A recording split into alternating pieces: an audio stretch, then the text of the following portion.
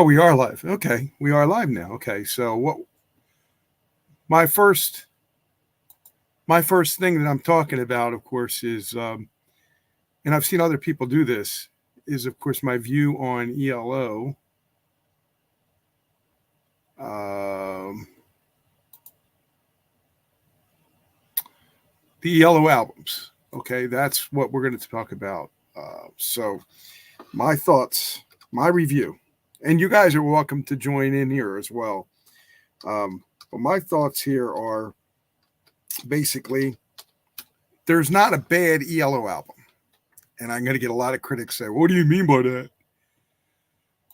There really is not a bad ELO album. There are others that are better than others, but there's nothing bad.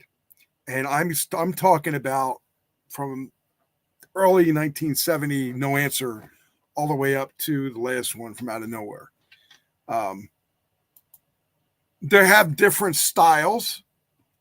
And I guess in the progressive rock era of the 70s, when Yes, Genesis, and all of them were around, ELO, when I first heard them, I heard them with, I remember going to a friend's place and hearing Can't Get It Out of My Head. And I said, who is that? And they said, oh, the band is called Electric Light Orchestra, ELO. And I says, why have I heard from them before? So that was the El Dorado album. Once I heard the El Dorado album, I loved the symphonic sound of all the songs, the way they segued into each other. I loved the music style in the ELO album.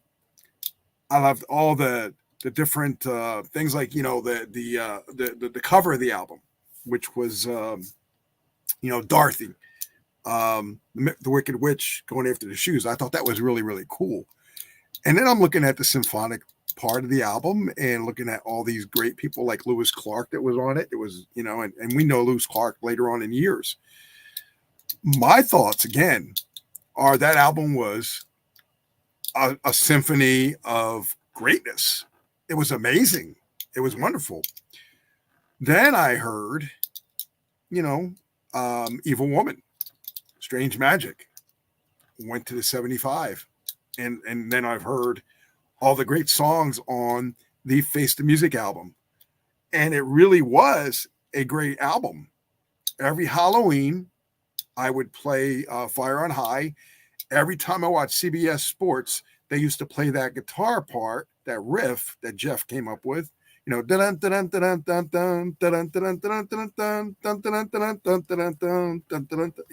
one. And I was like, oh, this is freaking awesome. And then when you hear the whole song, 7-minute long song, whatever it was amazing. So then I started diving into ELO. I said, okay, let me check some more albums out here. And this is way before Out of the Blue and way before New World Record. So I was already hooked with the first two albums. Started playing, No Answer. I loved 10538 Overture. I fell in love with that song. It was great. I love the French horns on that. Roy Wood and guys, they did a great job on there. Give credit to all the people that were on there. Jeff Lynne and, of course, Bev Bevan, the starters of ELO. And, I love the fact that ELO is not afraid to take a cover song like Roll Over Beethoven and turn it into a freaking masterpiece. The edited version was 4 minutes, and the other version, one I think was 6 or 7 minutes long, but it's a freaking endless song that just goes on and on. Now, Roll Over Beethoven was redone by the Beatles, was, of course, done by Chuck Berry, and when ELO did it, it had a whole different sound, the first fifth of Beethoven, and it was really great way they did it. That's my opinion. Take it to ELO 2, another great album. A lot of strings, Kuyama, Mama, and there was a couple different other songs on there, Boogie of Number 1, 2, and just a lot of great stuff on that album. But that's early ELO. So to like ELO, you have to start with their hits. just play their hits. To love ELO, you have to start playing all their other albums to hear how great they really are and still are at this time. So take it a step further, then I started listening to No World Record. I said, wow, this is an absolutely great album. Above the Clouds, short, tiny song, Do Ya, redone from the Move that was done with Jeff Lynne, Roy Wood, and Bev Bevan years and years ago. Turned it into another great rock song with a great guitar riff that Jeff came up with for Do Ya for New World Record. Telephone Line, another good song, a 50s style song. Loved that, fell in love with it. So Fine, another great song that I love on that album. New World Record, great song.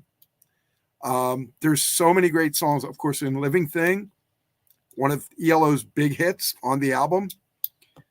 I would say if you played side A completely through, you'll play side B completely through. And once you start doing that, you realize how good a band this really was. How good that Kelly Grucut was. How good that Melvin Gale was. Melvin's a friend of mine. Mick Kaminsky's a friend of mine. You know, I talk to them every now and then, and they don't realize how good of a band they really were. You know, traveling all the time, playing great music, and then Out of the Blue came. And then I was just blown away. Because when somebody tells you that a band is really good, I used to listen to a radio station here in New Jersey and also in Philadelphia. It was called, I believe it was WYSP or WM. I think it was YSP. And every Christmas after Out of the Blue came out in 1977, every Christmas after that, they started playing that full album. Side A, it's a double-sided album. So it's a double album. So side A and side B, and side 1 and side 2, and side 3 and side 4. And when they played that, I says, wow, this is my band. This is the band that I absolutely love everything that they do. Now, there's certain songs or certain albums that I don't like as much as others, but I still appreciate them as a band. That's the difference, I say. Out of the Blue, probably for me, was their pinnacle. Other people say, no. No, it was their pinnacle for me because I got to see them out of the Blue tour in Philadelphia at the Philadelphia Spectrum years ago. I got to see them, and they were playing with a band called Trickster, which was really great. And I thought they were absolutely amazing because they were all 7 of the original members there. And they were all great. Of course, wheeling the cellos over their head, playing the cellos, and they were all magnificent. Every one of them did a great job with what they had to do and presenting the songs and presenting the music. And I had to go buy the Out of the Blue at that time, a video VHS tape, which you can get on DVD now. And I have that one too. But Out of the Blue, the VHS tape, I played it every year. I played it all the time. Such a great album, VHS, to watch ELO perform live at Wembley Stadium. They were just amazing. And Tony Curtis, you know, who's of fame and fortune of the movie industry, he did the announcing in that. And that was absolutely, again, a great concert. My father never liked a lot of great music, but he loved ELO. He even told me, he says, you know, I love this band. This band is freaking amazing. He didn't like the long hair, you know, because he liked a hippie thing. He didn't like that. But the music that they created was absolutely freaking amazing. And I told him, I said, well, think about it, you know, the guy that created the Fifth of Beethoven, he had long hair. A lot of the Chopin, a lot of them, they had long hair. So that had nothing to do with it. Their music was creative geniuses. But Out of the Blue, for me, was probably the best album they have done to that point, even though all the other albums were good. That's my point. The most significant amount of singles, Sweet Talking Woman, Mr. Blue Sky, Even Sweet as the Night was a single that really turned into a hit, but I still liked it. It was a great song. Bev Bevan is doing the harmony vocals on that, and you can hear them. And also, of course, Turn to Stone, Night in the City, which what they opened the concert with, which was another single, but not a big hit for them. Summer and Lightning, great song. Big Wheels, another great song.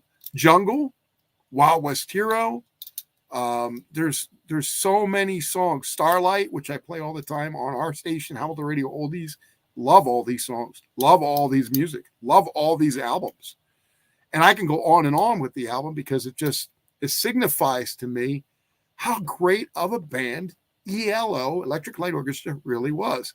Jeff Lynne decided to do other things and work with Del Shannon at that point and do some things on his own, like solo records, like doing That Crazy Thing, which I didn't agree was such a great song. Or Going Down to Rio, which was another one of them like disco songs that Jeff was trying. But you got to remember, as a musician, you always try to stretch as far as you can. Maybe it'll be a hit. Maybe it won't. Let's try it anyway. So 79 came. And another great album called Discovery came out. Now, Discovery was one of them albums that had 4 of them on the album. So all 4 of them, Kelly Grucut, Richard Tandy, Bev Bevan, and Jeff Lynne. Now on the videos, most of them were on there, but on the album, only 4 of them were there. So I think Jeff Lynne layered a lot of vocals like he did on Out of the Blue, my opinion again, and just created a substance of great music on Discovery, 1979. Started with Shine a Little Love, great song. Great song. When I first heard it, I said, oh, this is great. This is a great song. It's about a guy looking in a mirror. It's about you becoming your person. And what ELO did was I liked, they said, Shine a Little Light of ELO, which is really amazing because a lot of bands don't get to say their name in a song. And I'm like, how truly unique. And then Confusion was another great song. Need Her Love was another great song. I also liked, I forget the name of the song, but I'm trying to think of it right now. On the Run was a good song. I liked the way the chords changed in the middle of that at the end. There was tons of great songs on there. And of course, Don't Bring Me Down and a couple others I'm missing that were really good too. But that didn't end for me. See, I didn't stop liking ELO after Discovery. Some of the fans don't like certain albums. Well, if I didn't hear them albums, I would have never heard how ELO could change, how they can sound, how they can adapt to the music. I'm a big ELO fan. I've always been a big ELO fan, but that wasn't until I heard, again, Can't Get It Out of My Head and the El Dorado album, 1974. So we take it to 1980. I'm in the fan club of ELO. ELO Appreciation Society fan club. I get a letter. The letter says ELO's coming up with an album and going to be on a new movie called Xanadu with Olivia Newton-John and Gene Kelly. That's the only 2 that they really promoted. Everybody else, we didn't know who was going to be on it. Well, we knew ELO was going to be involved in part of it, but we didn't know all the other bands like the Tubes. Well, that's okay. And John Farrar was the one writing songs for Olivia Newton-John on the side of Olivia Newton-John for her music. And the first song hit from that album was Magic, was on the Olivia Newton-John side. And Somewhere in Time was another hit for her on that side. John did a great job on that song. And of course, Xanadu, Jeff Lynne wrote with her, or with her in mind for the soundtrack. At first, when you heard it, you didn't really care for it. I mean, it was okay. And then, of course, Don't Walk Away, Jeff Lynne, amazing song. just it's got a 50s vibe to it, but it also has that ballad type to it. That's the animated scene in Xanadu. But the first one, I'm Alive, a good song. A really good song when I first heard it. Really good song. The Fall was on that album. And of course, the one of the big other hits on there, All Over the World. I heard that song and I'm like, this sounds like the Beach Boys. You know, a lot of people thought it was the Beach Boys, but it was Jeff Lynne and ELO. Or Jeff Lynne as a solo guy, but running with ELO. So, you know, you love all that stuff. I love all that music, all them albums I talked about. Go to 1981 and Time comes out, the album Time. Now, before Time came out, there was a little span in between. And that span was Jeff Lynne was in a video or a movie called, what's it called? It's something about violins. I forget what it's called. But he did a song called Let It Run. And that's a really good song on there. It's called Video, also on that album, which is another good song.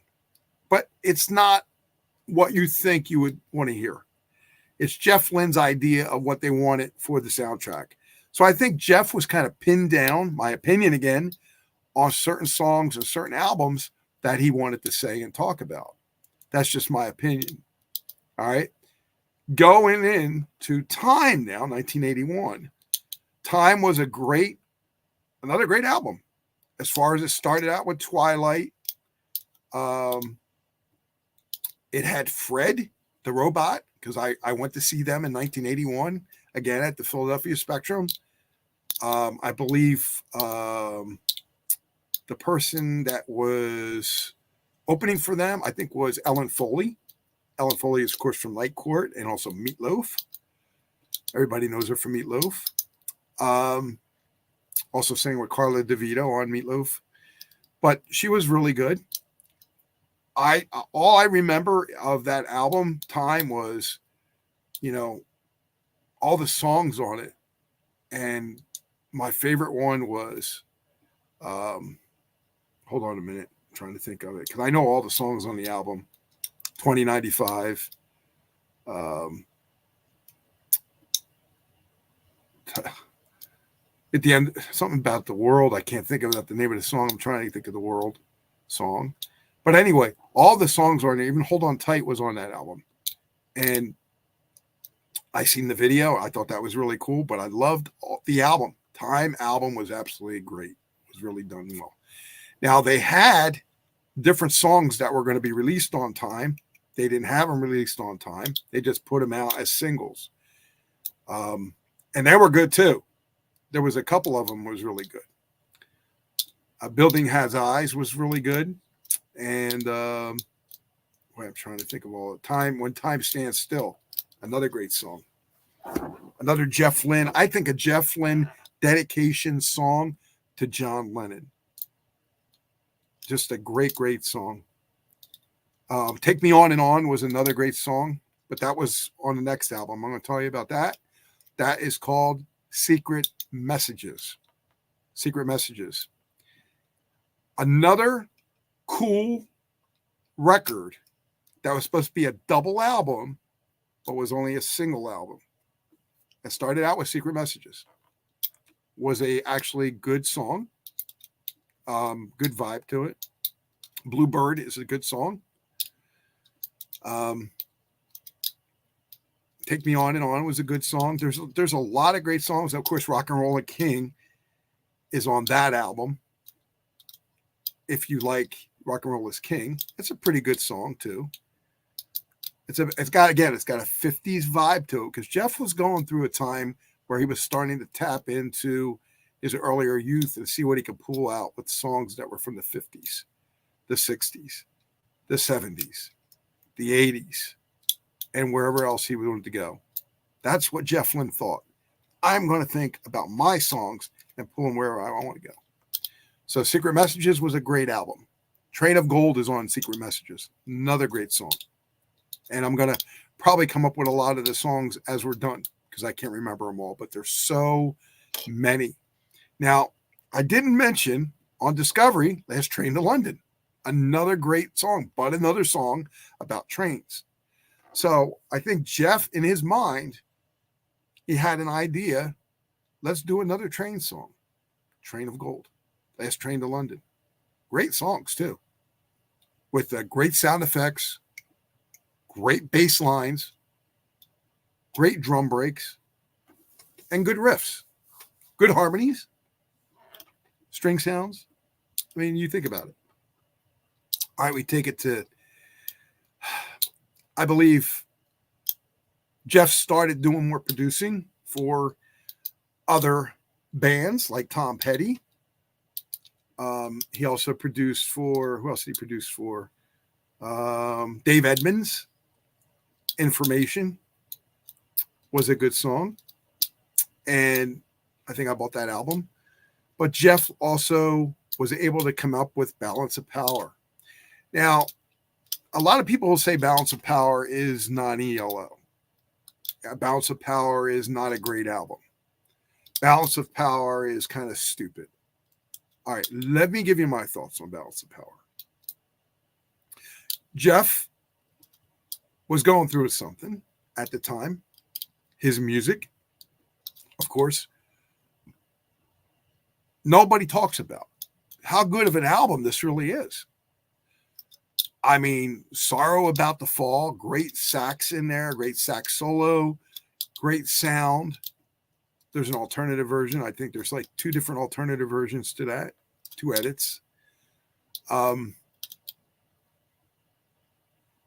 of Power was a great album. I liked it. There's a lot of good songs on that album. A lot of good songs. And Jeff was going through a lot in relationships with his wife, Patty, or Sandy, and trying to hold that together. He wrote about it. And he wrote a lot about a lot of that stuff. But there were a lot of great songs on that album. Now, take it to a little bit further. We got Zombie Fever with Tom Petty. And then we got Free Fallin', which was a great song, written by Jeff Lynne and Tom Petty. And I think they were about to form the Traveling Wilburys at that point. But you go to Zoom. Here's another album that ELO fans like me, I like. I think ELO's Zoom album was a big comeback album for them or him to make it sound like real ELO. It's All Right was the first great song. I like that. I thought it was a good song. I love Lullaby. Lonesome Lullaby is a great song. Good guitar riff in that. A lot of the songs have great strings in it, great melodies in it. I think Zoom is probably, if not, one of their later better albums compared to the other albums I talked about. Then you take it into, When I Was a Boy that came out later on. And of course, that was after all that Traveling Wilbury stuff. Handled with Care with George Harrison and Roy Orbison and Tom Petty. And of course, Jeff Lynne, Bob Dylan. Great bunch of guys, great music makers that only knew music, knew how to create it out of anything. After that, Jeff Lynne came up with another From Out of Nowhere. Now, From Out of Nowhere to me, for me as a fan, it's great because it's ELO, but it's not one of his best parts. It's not one of his best albums. Like I said, there's no ELO album that I don't like. There's other ELO albums I like more than others. Okay. But it doesn't mean that I don't like them. I may not play them a lot. I may not listen to them a lot, but I still will give them a nod, because like everything in the future and in the past, you either like it or you don't. And you don't have to like all the ELO albums. You don't have to like all the ELO songs. You don't have to like Jeff Lynne and all the guys in the band. But you cannot dismiss the music premise that they had all these years. That's my thoughts. So I'll talk to you guys later. Don't forget, if you want to hear any ELO songs, and we've been told this many, many times, we're a big ELO station at Hamilton Radio. In fact, in the early 90s, I think we were one of the only radio stations playing ELO at that time compared to everybody else. Oh, yeah, you can play the hits, but we play more than the hits. From the End of the World, you know, all these songs, we play them. The Bouncer, that's another song I wanted to talk about. We play the songs that make a difference. We play the songs that you may not hear all the time. We play the rare songs. We play the edited songs. We play the live albums. We play live concerts. We go the extra mile for our listeners and our fans. That's what Hamilton Radio Oldies does, Hamilton Radio itself. So we're hamiltonradio.net, right? You can request right on the website, or you can find us on iHeartRadio under Hamilton Radio Oldies. iHeartRadio, Hamilton Radio Oldies, look for us. We're on Alexa and Google devices under Hamilton Radio Oldies. Ask for us by name. We're on Odyssey Network. We're on everywhere I put us in the early 90s. We beat all the other radio stations in New York. We beat all the FM radio stations in New York and all the FM radio stations in Philadelphia. Twice. Now, if that doesn't mean anything to you, it means a hell of a lot to me. It's why we've been together for 28 years and why we keep on playing the greatest music you'll never hear anywhere else. Not even on YouTube. Why? Because we can. I want to bid you all a good night. This is my thoughts on ELO albums. I hope you will check them out. I hope you request them. And request them everywhere else. Don't request them just on my station. Request them everywhere else. Get ELO played. Jeff Lynne is truly a genius. No matter what you say, he knows how to rock. He knows how to make some great music. And if there's any songs that you want to hear that we do play, and we play mostly all of them, just reach out to me. All right? I'm at admin, ADMIN, admin. I'm going to put it up here so you guys got it. I'm at admin at hamiltonradio.net so you guys can check it out. Let me find it for you. Here we go. Admin at hamiltonradio.net. Request your song today. Let me play your music today and be amazed. Be amazed of the truly amazing music that Jeff Lynne, Bev Bevan, Richard Tandy, Kelly Grucut, Melvin Gale, Hugh McDowell,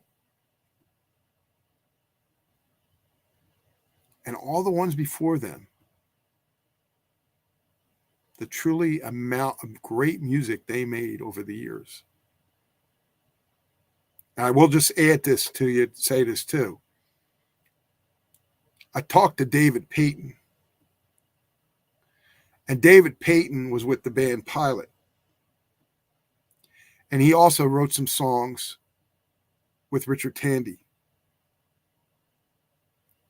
They had a great band. So Richard did a lot of great stuff on his own. And poor Richard passed away. There are only a few guys left. But still in together.